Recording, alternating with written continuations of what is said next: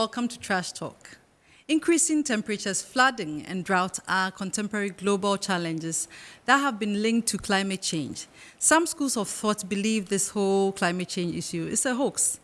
Climate change seems to be a cross-cutting issue with respect to everything we do. About 5% of global emissions are attributed to emissions from open burning, crude disposal, and other environmentally harmful management practices. Africa's contributions are said to be negligible, but very prone to negative impacts.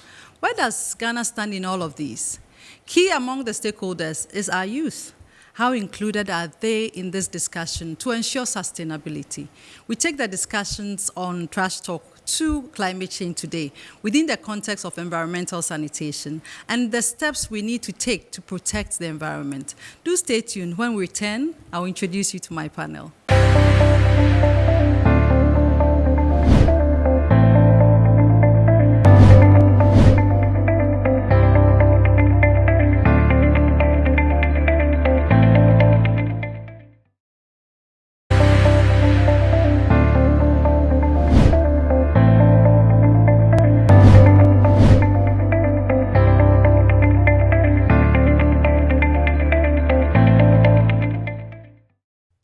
Welcome back from break. This is Trash Talk. Today we are talking about climate change, and with me to get into the issues, Miss Jewelina Ackah, Madam Patience Agyekum, and then we have the only male amongst us, Dr. Bob Manteaw.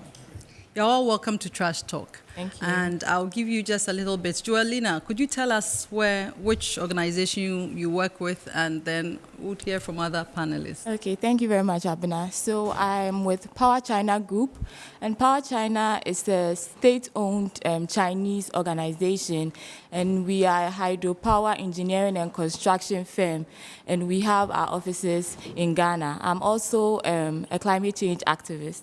Okay. Do you speak Chinese? Yes, I do. Ni hao. Ni hao. Patience. All right, Thank you very much. As they always say, thanks for having me. My name is Patience Agyekum, like you mentioned, and I work with the Strategic Youth Network for Development, which is a youth-oriented NGO in Ghana that we basically promote active youth inclusion in the governance of our natural resource and environmental sector, because we know that in Africa, in our country specifically, the natural resources play a very critical role, an important role in the development of our economy. So we are saying that my colleague made a very profound statement that when it comes to mining and other areas, young people are involved, but when it comes to the governance of the sector, we are advocating that young people should also be in the sector. So climate change, energy access, biodiversity, and forestry are some of the thematic areas that we work on as an organization. And Bob. Sure. Thank you very much. Bob. Thanks for having me. Yes. So my name is Dr. Bob Manteaw. I am from the University of Ghana, where I work with the Center for Climate Change and Sustainability Studies. We basically lead in climate change research and teaching at the university. I also wear another hat where I am the founder and the principal of Foresight Planners Africa, where we do foresight and future studies. Wow. So basically a researcher. That's right. Telling us a bit about what is happening currently and the future. Now, the big issue we have on our hands, climate change. And as behind the scenes in our discussions, we said, I wanted to find out how even advocacy about it. What is climate change? If you were to be speaking to an old woman, an illiterate, what would you say climate change is all about? Doc? Well, I think that brings us to a very topical issue of communicating climate change and how we do it. Climate change, obviously, is the changes that we are seeing in terms of temperature, precipitation, and variability of it, and the impacts that manifest on the ground.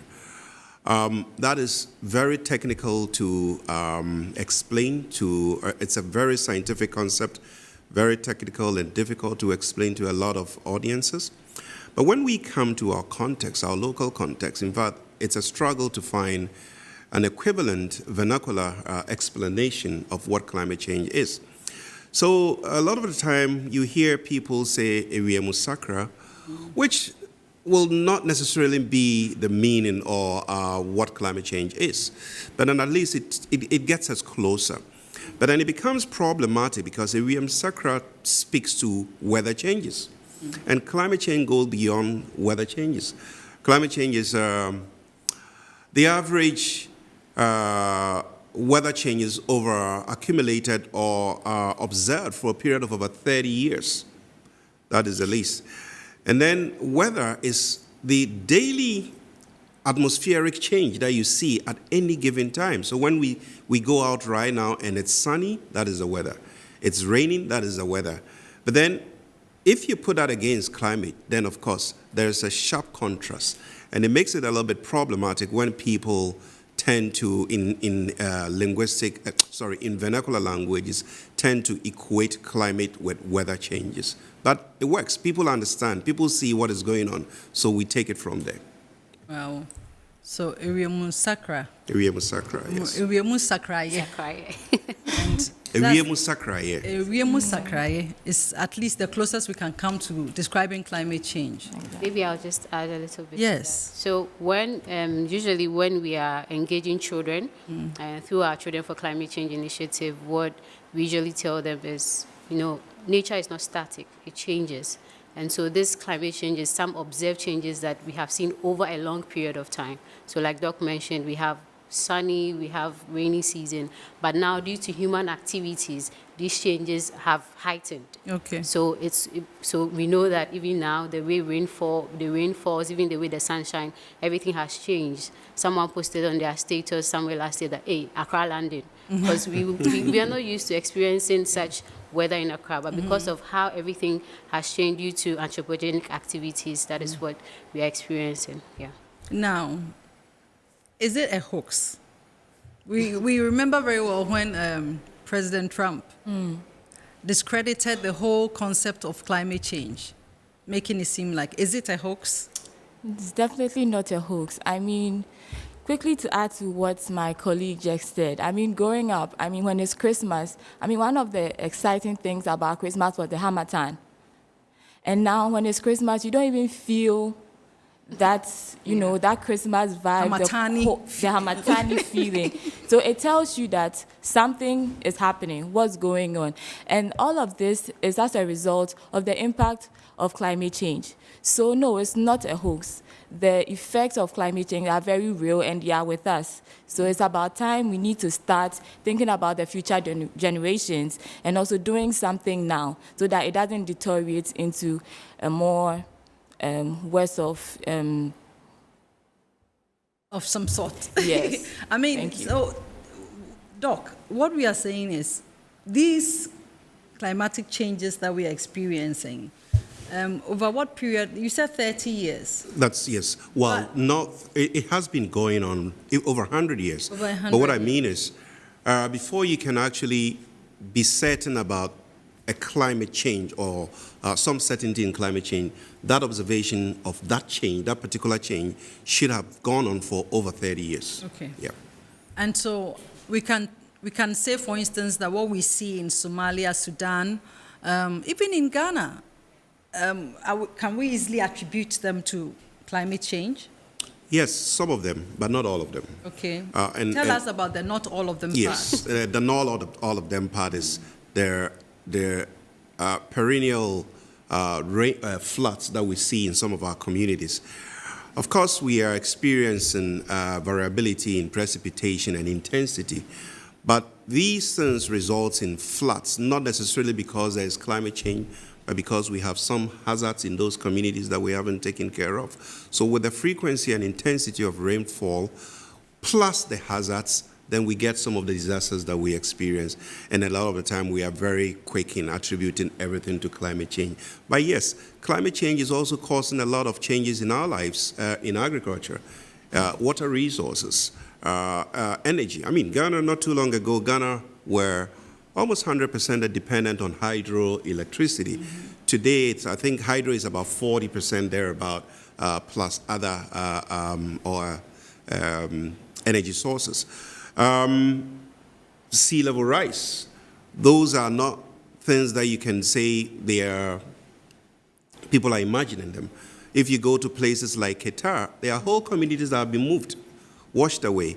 When you go to the Western region, there are whole communities that have been. But we were in Qatar not too long ago, and I saw a coastal resident who pointed a spot in the sea, about 400 meters into the sea, and he told us 5 years ago they lived there.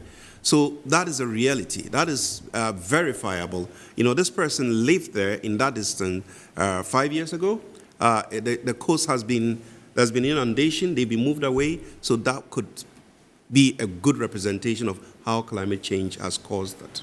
And quickly to add to what he said, I think one of the impacts climate change has had on the coastal communities is the problem of saltwater intrusion on farmland. And I mean, if you delve deeper into that problem, you realize that this will go a long way to affect even the livelihoods of the people in those communities. And we know most of them are into agriculture, and they are not, should I say, the middle income and the upper income class. So, I mean, climate change goes a long way to affect the very vulnerable in society. So, I really disagree with President Trump that climate change is not a hoax. How else are we being affected in terms of the impact of climate change? How else? Apart from, I mean, the agriculture, livelihoods, and how else? And I want you to put it in context of the now and what it would mean for the future.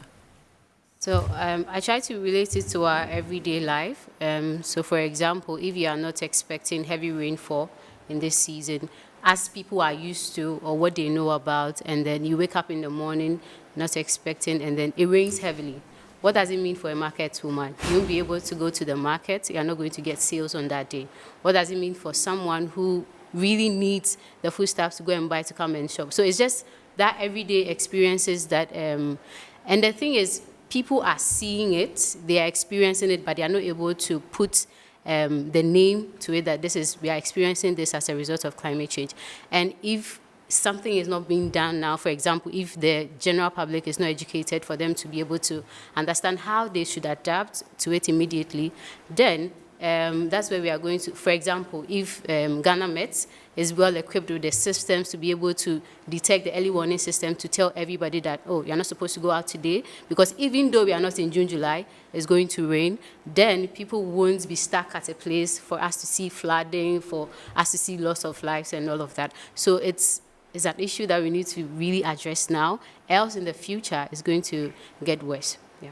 That brings me to the issue of adaptation and mitigation. I want you to break it down for us. When we say climate adaptation, what do we mean? Sure, thanks. So yes, I would talk about that, but then I also want to clarify a few things here as far as climate change impacts and how they manifest. Yes. We have direct impacts, and that could happen through floods, and then we also have the indirect impacts. The indirect impacts, a lot of time we either underestimate them or we ignore them. One indirect impact, which I think needs to be foregrounded, is the impact of climate change on health, human health. With rising temperatures, increase in precipitation and intensity, the floods. Anytime it floods and people's homes get flooded, they experience some health impact. Could either be psychological, it could be increases in malaria cases and all those.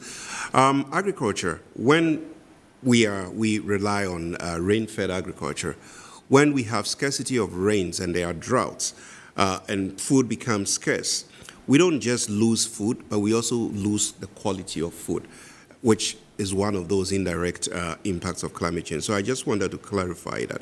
Now, adaptation and mitigation. Maybe I should add a bit to it in this sense of the perpetual anxiety that people actually feel when we feel the rains are yet to come. And that is quite depressing for a number of people who live in low-lying areas or areas that sometimes they haven't even thought that, you know, like the previous year maybe got flooded, and in the last maybe 10 years they haven't had any floods in the area. I mean, the issue of infrastructure is different, but even the density or the intensity of the rain that comes to these communities. So there are people who are always living in fear. Right. And I think that even has a lot to do with mental health issues. Mm-hmm. So now tell us about adaptation. Well, so adaptation is the acceptance that climate change has happened. And what it means is we have seen impacts of climate change in our lives. Now we need to learn to live with adaptation. We need to learn to live with the impacts. And what it means is we need to make some adjustments in our ways of living, our ways of life, so we can accept the reality of the impacts that we are dealing with, and then maybe come in with some new ways of living. Somebody would say we need to relearn our old lives and unlearn our old lives and relearn new ones. So we have a number of things that we can do, or a number of things that have been done that could represent what adaptation is. One of them is if you live in the coastal areas, the building of sea defense walls, to protect surge, inundation and stuff like that. That is one form of adaptation. We could also decide that because we don't get a lot of rains now, we need to explore different ways of farming practices. And that could mean looking at drought-resistant crops and varieties that can withstand drought for longer periods. We could also explore new ways of complementing our water sources if there's a shortage of water. And rainwater harvesting has become one sure adaptive mechanism that people use.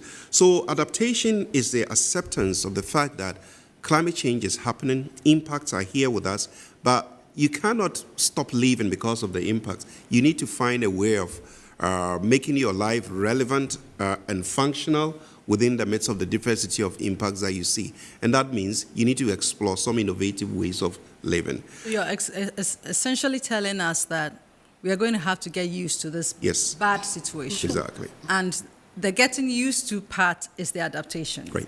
But then the other thing, let me make that clear. Adaptation doesn't only connote that there are bad situations and you have to live with it. Adaptation also connotes taking advantage of the bad situation, that's the impact that you consider bad, and then making something good out of it. So, for instance, when we see that a particular crop that we are used to is suffering because we don't get sufficient rain or there's too much heat, then we need to find what else would be better as a replacement. And then in that case, what it means is you've taken advantage of a bad situation to come out with something new. Yeah. So we may, as we go along, even change our diet.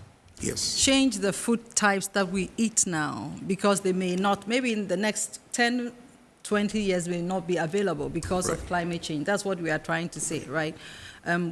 Could you tell us a bit about mitigation? Well, so mitigation is, we want to tackle what causes climate change. And the climate change is caused by emissions of carbon dioxide into the atmosphere. That is the primary cause of climate change. And that is human-induced, our lifestyle, the choices that we make, fossil fuel-based lives. We deforesting, we degrading ecosystems, biodiversity losses. So when this happens, what it means is all those resources that would normally capture or sequence, I don't want to use those technical words here, that would capture or take in carbon dioxide, we destroy them, so they stay in the atmosphere. So the problem of climate change is about reducing the amount of carbon dioxide and other negatively impactful gases that we release into the atmosphere. So mitigation is we looking at or exploring ways of reducing our emissions into the atmosphere. So when that happens, what it means is we are mitigating climate change. There's another way that we can use mitigation as just purely as an English word. Addressing the problem of climate change is mitigation, but that's not what we are talking about here. We are talking about reducing carbon dioxide or emissions into the atmosphere. Okay, I mean, we are told that Africa, our emissions are averagely about 4%, and so we don't seem to be doing too badly, and so why should we be concerned? Jewelina. Okay, thank you very much, Abena. So I mean. It's a fact out there that Africa, we emit the least on a global scale. But then when the impact of climate change comes about, we are the ones who are most vulnerable. So then it's about time that we get the attention of the developing countries who are the major emitters to actually take responsibilities for their actions, if I should say. Yes, so that's just to answer your question. I don't know if I answered it. If, for instance, we are emitting that low, and then we seem to be having the most negative impact, could it be just beyond, could it be beyond climate change itself? Because Africa, we talk about so many things. Infrastructure is one of them. Our attitudes are part of it. Legislation is part of it. I mean, I think we have a myriad of issues that we have to deal with. Could we dump all the effects on the negative effects on climate change? I think before... Will it be fair? To dump everything. No. Before Doc started, he said climate change is a cross-cutting issue, which means you find its nose in every other related area. And then Africa is also vulnerable, not just because of our biophysical makeup, but also because we do not necessarily have the adaptive capacity, because some of the developed countries, they have the technologies, they have the infrastructure to be able to resist and withstand the harsh impacts of climate change. So that is why we say that. And then if you mention some of the sectors that are mostly affected by climate change, you mentioned agriculture. A lot of our economy depends on it. So that is why we say that Africa is vulnerable. But it doesn't mean that because we are not emitting, or we are not emitting much, we should leave everything. We can still find a way of discussing all the other inequality issues that exist, merge them together. Because climate change is not a separate issue. Climate change affects health, it affects gender, it affects poverty, because how are you going to reduce your poverty rate when there's climate change is causing increasing levels in the food prices that we have? So it's just a way of merging all those issues, putting climate change on top, and ensuring that we address all the issues together holistically. Yeah.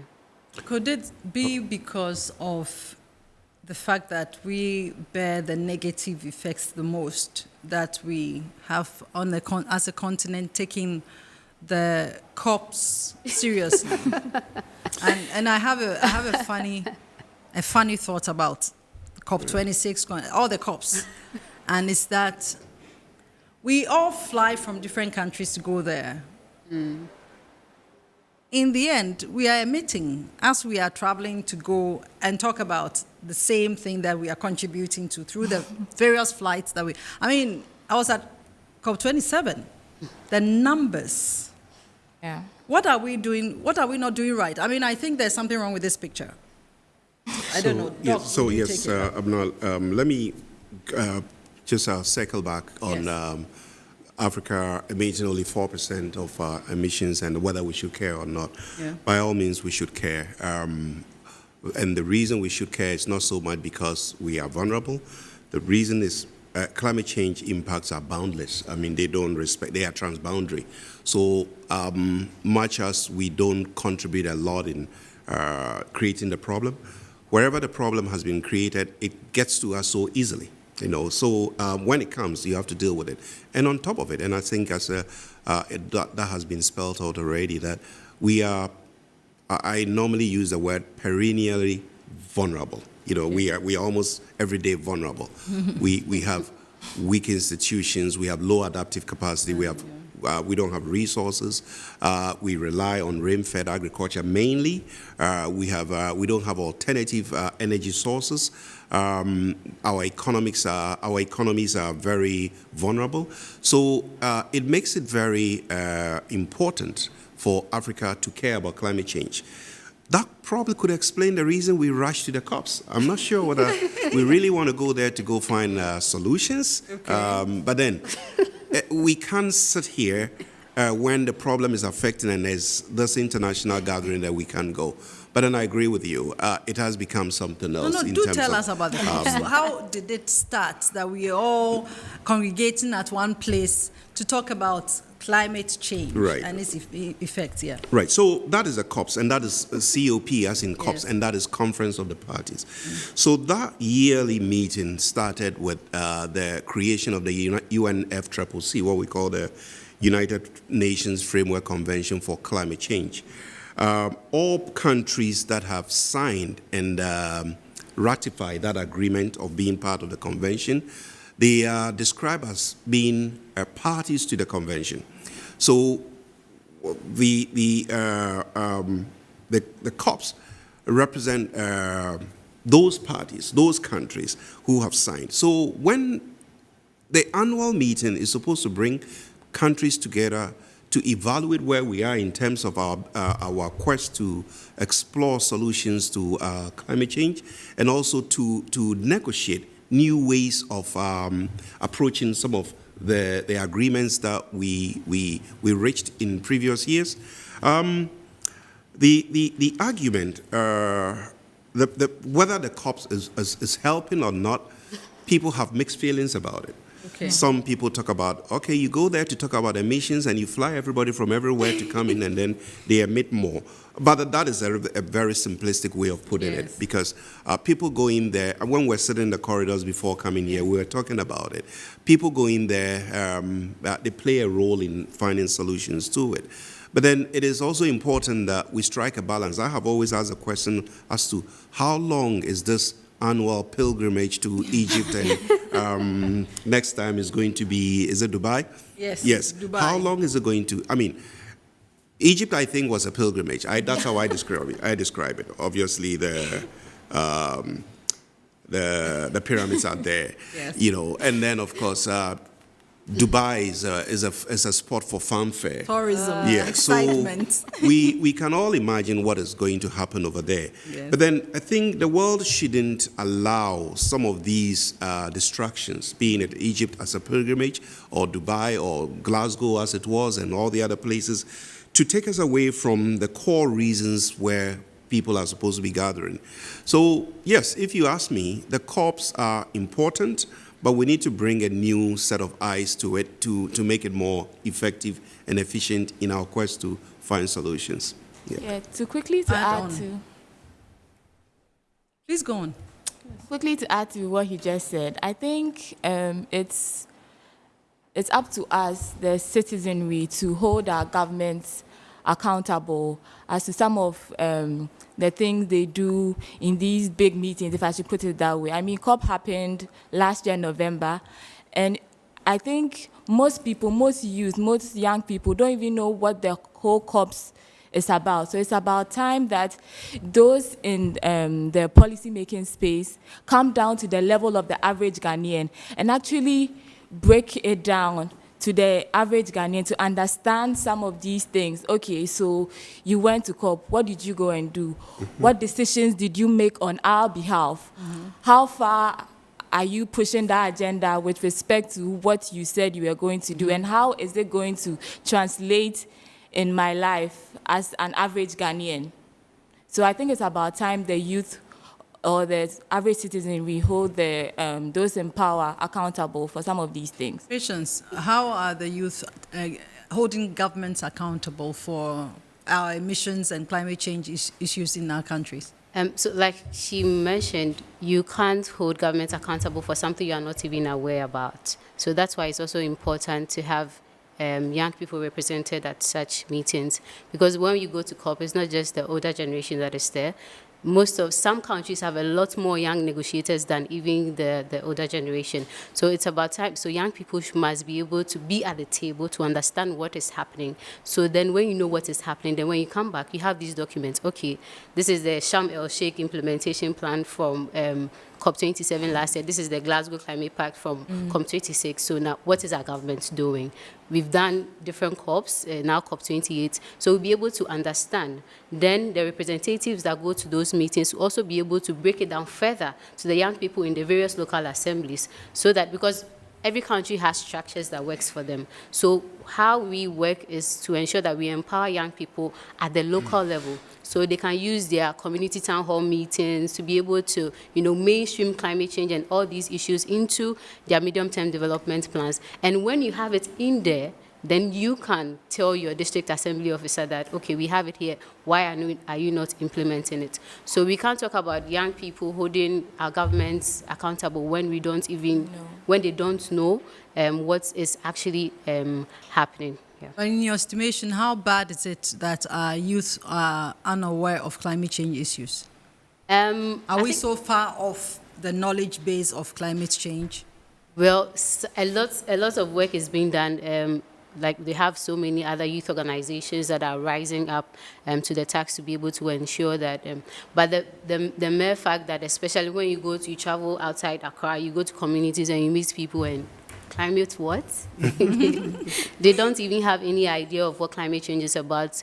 Proves that there's still a lot more work that we need to do. And even Doc was mentioning earlier, how we even communicate about climate change for them to be able to understand. Because we always say that the young people are our future, they are future leaders. How would they be able to effectively combat climate change through policy, programs, and implementation when they do not even know about? So some work is being done, but we still have a long way to go.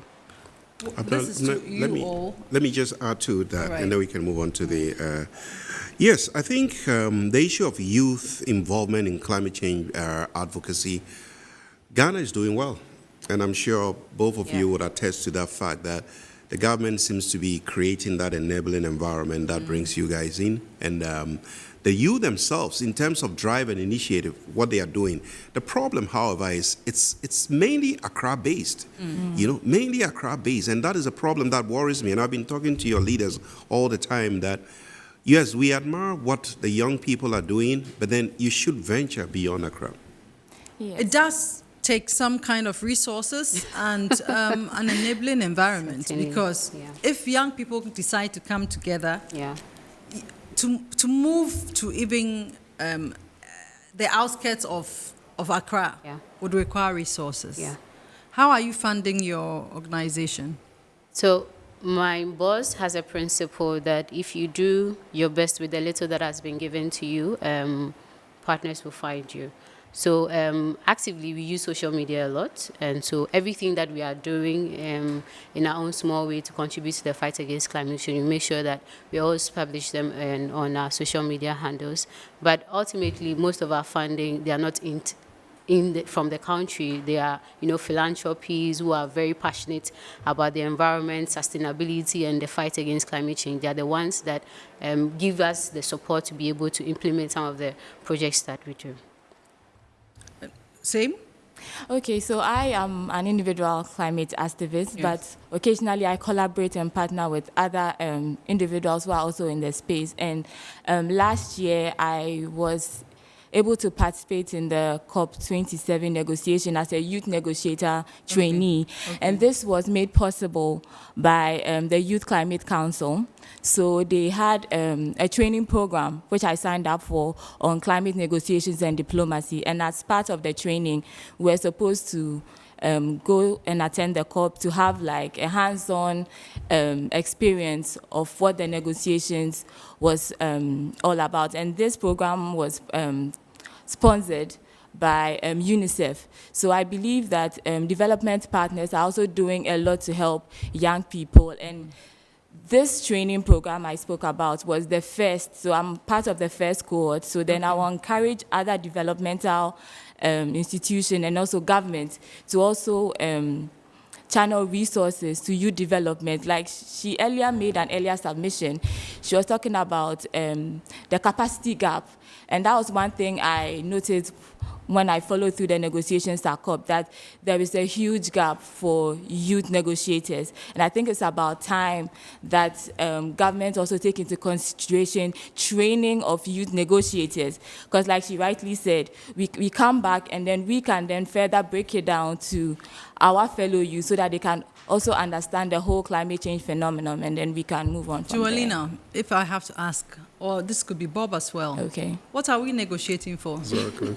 I mean, you want to be a climate change negotiator. What are you negotiating for? Okay, so earlier you spoke about the fact that Africa, we are the least emitters of carbon dioxide, but then when the impact of climate change comes about, we experience it the harshest. So it's about holding those who are responsible for these things accountable, and also getting them to sort of, what's the word I'm looking for? Own up. Own up, also take responsibilities for their actions. And also, like Doc made mention earlier, for instance, our coastal communities, most of the people who live on our coastal communities are, should I say, poor people, or people who are living in abject poverty. And some of these impacts of climate change, that's the rise in sea level, which causes the coastal erosion, it's no fault of theirs. So then when we hold these developed nations accountable, whatever financial assistance that they give to us, these can be used to build sea defense walls and also help with their local sustainable development in terms of agriculture, teaching them new ways of farming, like I mentioned earlier, the issues of saltwater intrusion, yes, how we can solve some of those problems. And I mean, like she also said, the impact of climate change is cross-cutting. Yes. Yes. So I mean, it goes on and on and on. So it's important we get them to own up and take responsibility for their actions. The discussions are getting exciting. We are delving deeper and deeper, but we're going to go for a break. But before we go for a break, I want to end on this note, or we want to part on this note. Climate what? Yeah, we'll be right back.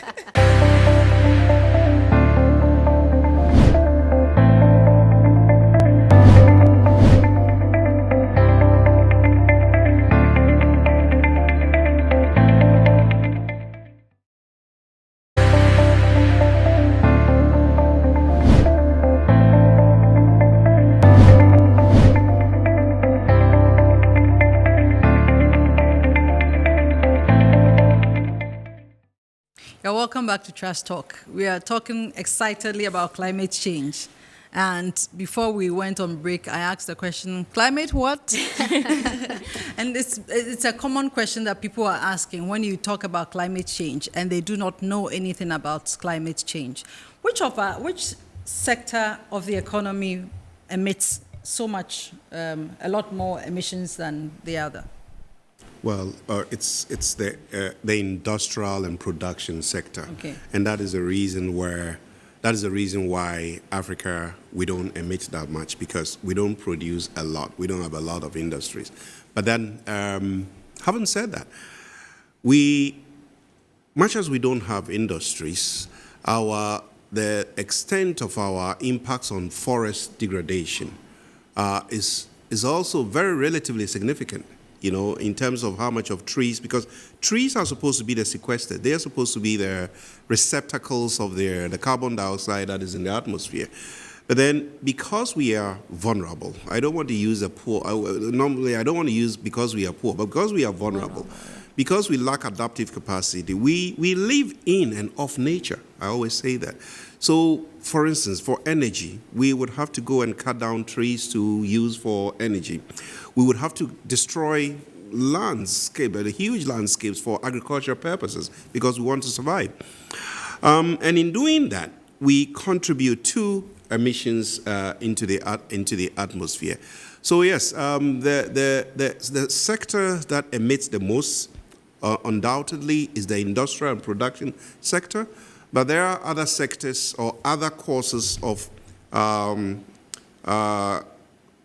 climate change where the impact could be relatively significant, even from an African perspective. I mean, I want us to look at it from environmental sanitation, liquid, solid waste, and all the emissions that come from there. What are some of the activities that we are undertaking in our environment in Africa, in Ghana, which are contributing to these emissions which have brought about climate change? Do you want to take that?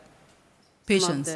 Some of the activities in the space of environmental sanitation, yeah, that are contributing to climate change. I mean, just putting trash anywhere. Already we are not even, as a country, very good when it comes to managing especially plastic waste. So some of those basic activities such as that, littering all over the place and not being able to manage the waste that we create or we generate in the system. Okay, Yeah. Jewelina?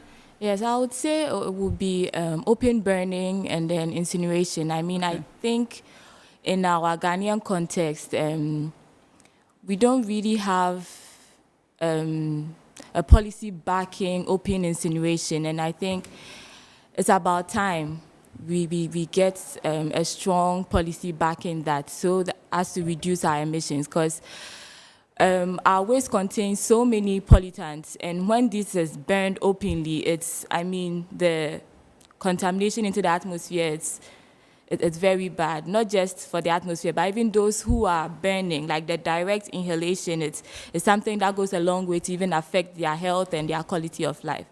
I think the EPA has something on burning, but I learned only last week, I think I was discussing something with an environmentalist where they talked about even the burning of plastics, even as a secondary inhaler or a person who inhales, you're not standing directly, but as they are burning and the fumes travel, how widespread that pollution is and the effects, particularly when plastic is being burned, the effect on our health. We are rounding up, and I would want us to talk about what can we do, this whole climate change headache. So, what can we do? Abena, yes, we will talk about what we should do. But let me again circle back to the link between climate change and sanitation, and I think it's more climate change and waste management rather than sanitation. You know, waste management emits a type of gas that is potentially more harmful than carbon dioxide, and that is what we call methane. You know, so the more waste we generate, the more methane we emit from our landfill sites or our dump sites. And in fact, it is more harmful than carbon dioxide in terms of its contribution to climate change.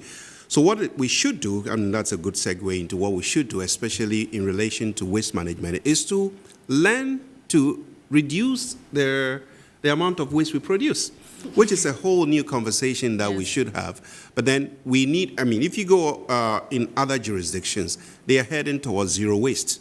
And the reason they're heading towards zero waste, of course, they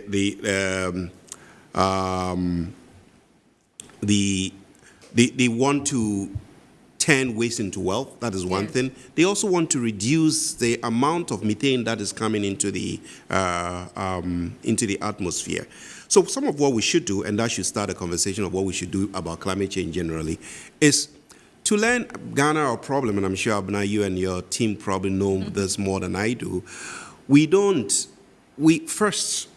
have very good means of collecting and segregating our waste. And any waste management process starts from the source of generation.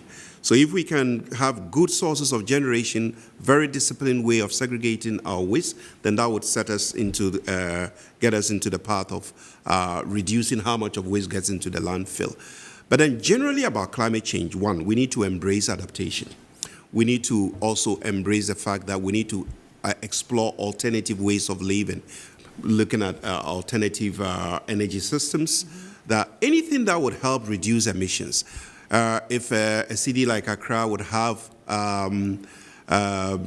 different types of transportation, we call it multimodal transportation systems, so all of us here can leave our cars and get on the public transit systems, which I'm sure Abena wouldn't.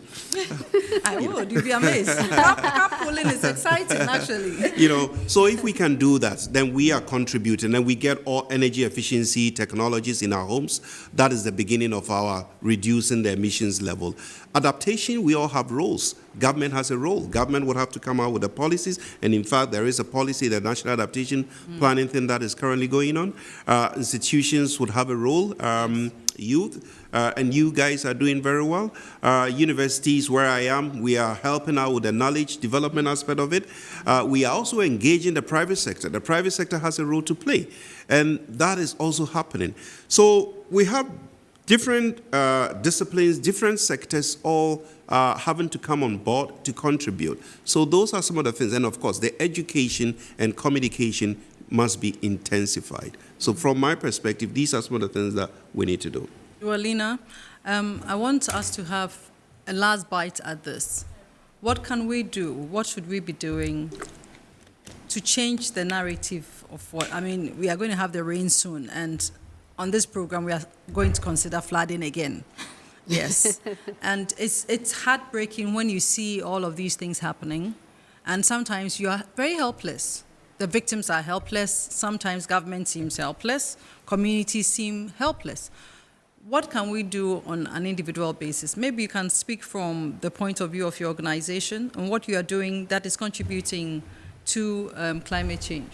Okay, so I mean, I would say we should increase the advocacy. I mean, we are doing great, so far so good, but more can be done.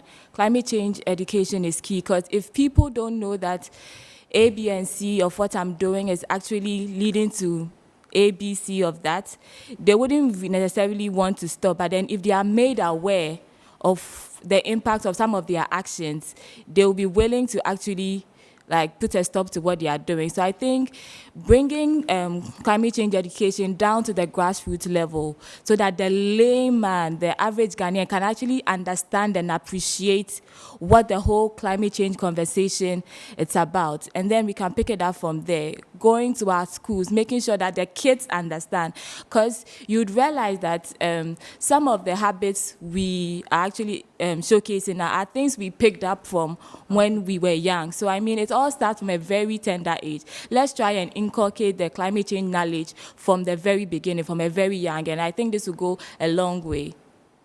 Patience, your last words. So S2E01 as an organization has done a lot of climate education.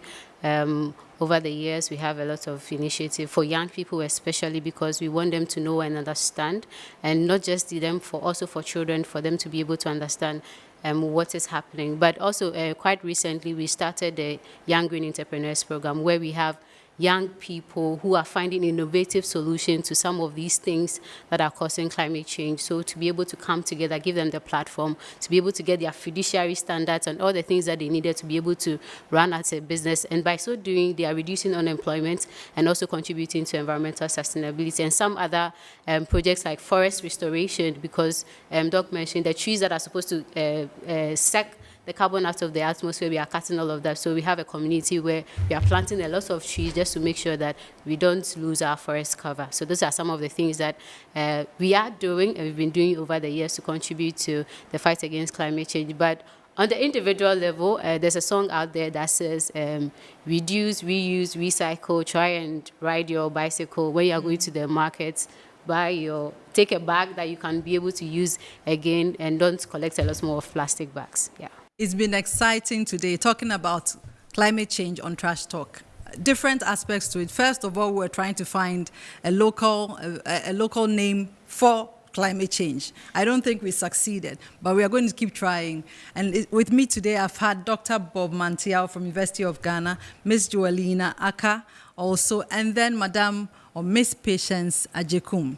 It's been exciting. And the next time you join us, or in the next few months, we should be talking about climate change and not climate what? Do join us again on Trash Talk.